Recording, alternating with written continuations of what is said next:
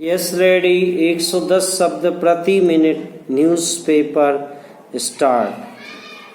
प्रधानमंत्री की आर्थिक सलाहकार परिषद ने वर्तमान परिदृश्य और राष्ट्रीय व अंतर्राष्ट्रीय रिपोर्ट्स के मद्देनज़र दो सबसे अहम सिफारिशें की हैं। पहला, शहरों की भी मनरेगा की तरह रोजगार गारंटी योजना और दूसरा, सबको एक न्यूनतम बेसिक आय। परिषद का मानना है कि गरीब अमीर की खाई लगातार बढ़ रही है और इसे कम करने का एक ही उपाय है सामाजिक सुरक्षा योजनाओं में सरकारी खर्च बढ़ाना, ताकि कमजोर तबके आर्थिक उतार चढ़ाव से और नीचे ना फिसलें। यूएनडीपी के अनुसार स्वास्थ्य के बढ़ते खर्च के बीच अगर परिवार का कोई सदस्य गंभीर बीमार हो जाए तो परिवार गरीबी की गर्त में चला जाता है। महंगी शिक्षा के लिए परिवार कई बार जीवन यापन का एकमात्र साधन खेत बेच देता है। परिषद ने गरीबी अमीरी की खाई पर आंकड़े देते हुए कहा कि देश में असली गरीबी की तीव्रता और गरीबों की वास्तविक संख्या का आकलन पिछले 11 वर्षों से नहीं हुआ है। जो भी सरकारी या निजी आंकड़े दिए जाते हैं वे सभी 2011-12 के एनएसओ के उपयोग के आंकड़ों के प्रोजेक्शन पर निर्भर हैं। जरूरत है कि आय असंतुलन के इस दौर में गरीबी का सही आकलन करने के लिए उसके द्वारा खपत की स्थिति का जायजा लिया जाए।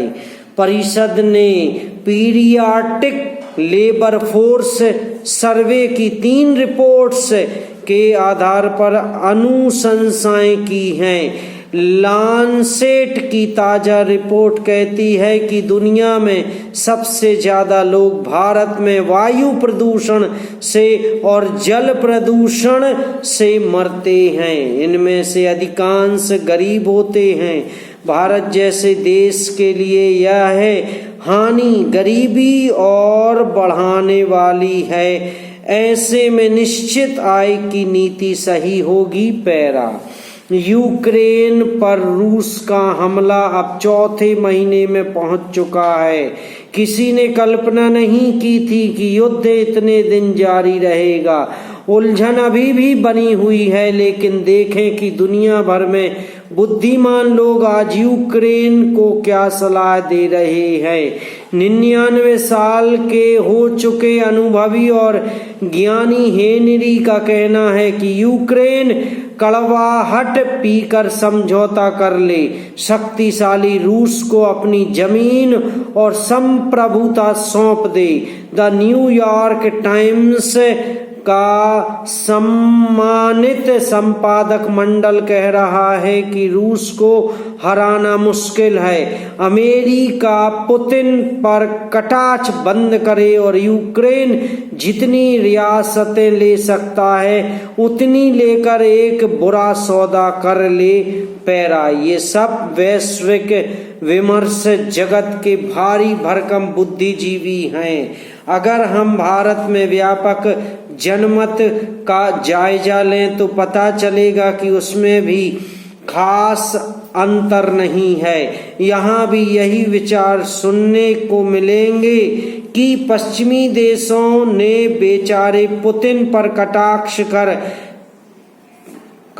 कर करके उन्हें यूक्रेन पर हमला करने पर मजबूर कर दिया।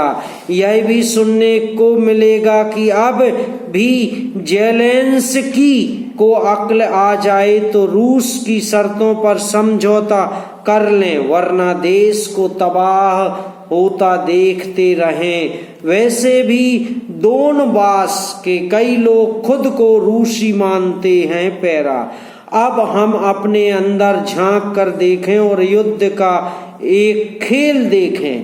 पूरी सावधानी बरतते हुए मैं यह स्पष्ट कर देना चाहूंगा कि यह खेल पूरी तरह काल्पनिक है, सो आप मुझसे नाराज भी हों तो कृपया ज्यादा नाराज मत होइए।